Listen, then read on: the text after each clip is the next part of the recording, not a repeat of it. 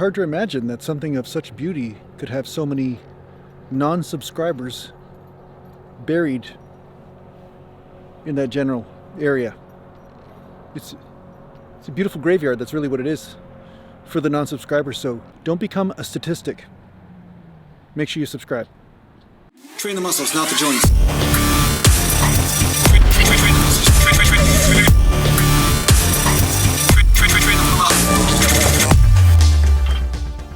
So I just had somebody ask me a question, and it was kind of a general question. It wasn't really a specific question.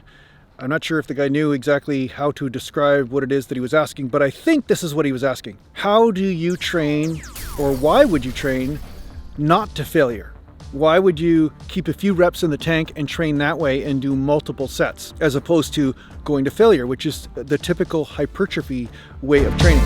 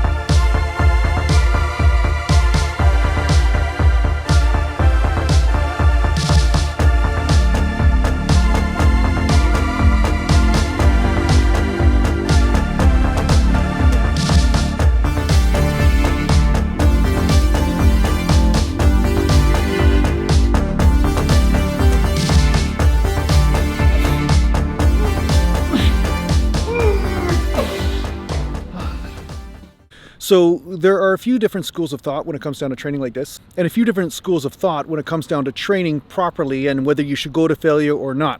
Now, here's the thing. I do believe that you should go to positive failure as often as you can when it comes down to certain lifts, as long as it's safe and as long as you are doing it in the moderate rep ranges. And you're not doing it with the compound lifts, such as stuff that includes the lower back, mostly like deadlifts and squats. They go by a totally different paradigm of rules, right? Failure means something different with them as opposed to arm curls. If you go to failure in a squat, it means that you are no longer able to keep the proper form with your lower back.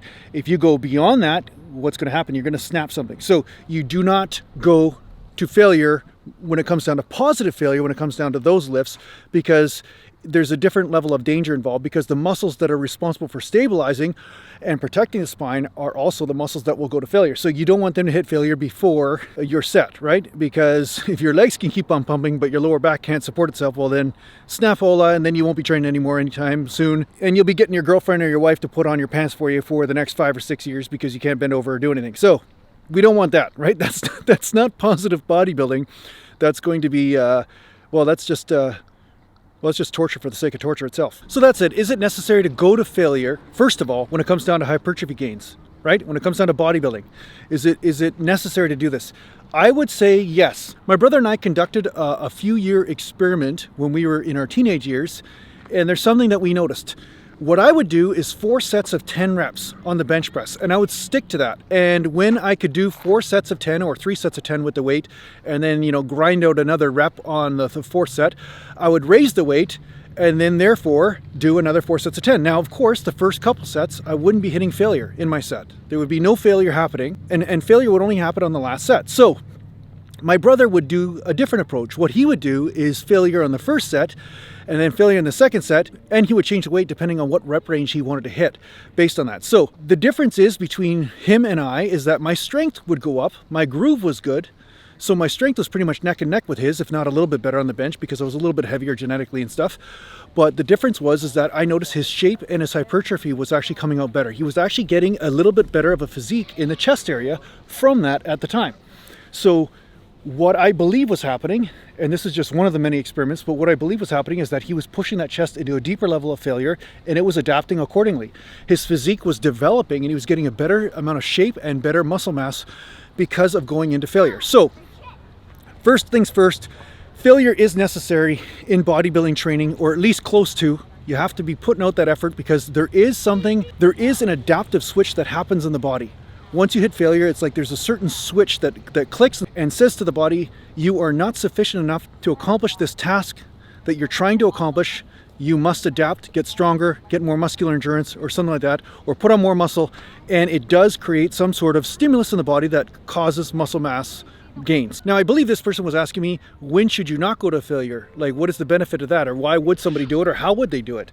And this is when you are concentrating on using heavier weights. There's a bit more danger involved, and also there's a lot more coordination involved, and you need to make sure that you practice to have the groove right, because it's a groove heavy movement, right? There's a lot of stabilizing going on, a lot of lower back, whatever. But even in bench press, even in something as simple as bench press, the reason why powerlifters don't go to failure a lot of times is because they're trying to perfect that groove. So you're trying to get as many hours as you can underneath that heavy weight. And the only way to do that is to make sure that you're not breaking down the tissue too much, and at the same time you're lowering the risk of injury as well. And when you go close to failure, guess what? You're going to be more unstable, because your stabilizers are going to be fatigued, and there is more of a risk of injury when you are in these unstable moments, right? So because of this, powerlifters or people that are looking to gain strength will use heavier weights, which are dangerous to go to failure, but they're much safer if you basically make sure that you're locked in and that your groove is perfected. And so you continually get under this weight and make sure that this weight starts to feel normal to you, normal to your nervous system, and therefore you make strength gains because of it.